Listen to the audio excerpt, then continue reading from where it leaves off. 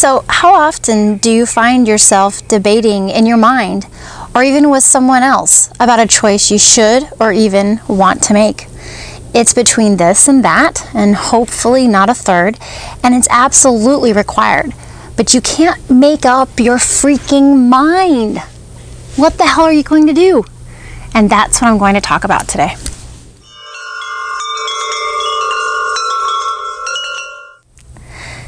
We live in a world with greater and greater options, and that is just what we want for breakfast. So little is limited to us. The internet has closed gaps faster than the inception of flight. Our everyday decision making is no longer reduced to just what is in front of us, and this habit in decision making is something we implement in all aspects of our lives. Unfortunately, our choices in our personal lives aren't exempt from this.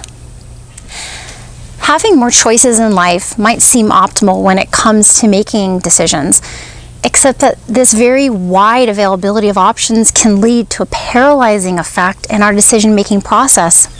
How often do you find yourself relegating the choice of some everyday action to another person, only for them to volley a decision right back to you? I've experienced this more often than I wish to admit personally. And this habit, when it comes to our personal life, it can make for a continuous emotional and subconscious frustration that compounds and eventually undermines our very efforts to excel in life. Decision making has become a search for the best option out of all the options, rather than assessing the most important data, your intuition, your feelings, your emotions. Because we are so busy thinking about our options, we tend to default choose how we think we should, but this rarely provides us with a deep sense of satisfaction that lasts well beyond that moment. This can lead to guilt and shame, and then maybe resentment bubbles up towards yourself or someone else even. So we try differently next time and again attempt to think through our decision and arrive at a clean, concise conclusion. And yet again, find ourselves in a situation we really hate being in. God, these people, this place, again.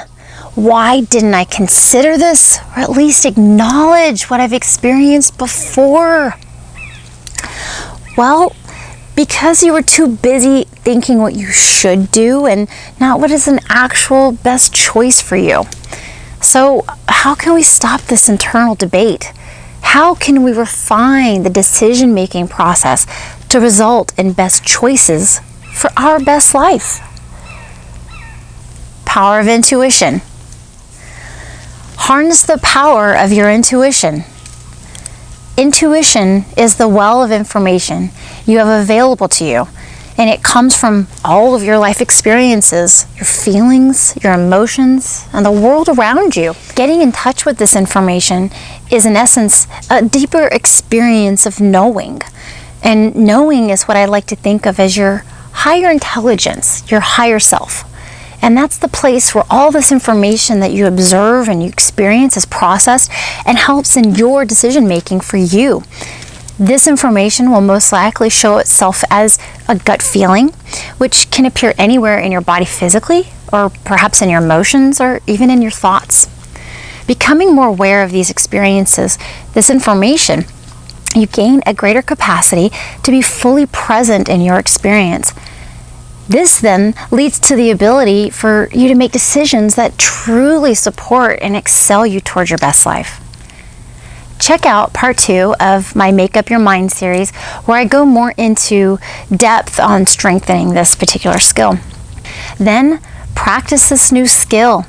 Practice every day, any moment you have available. And it's by practicing it first consciously, and then by continuing to do this, that you form new habits.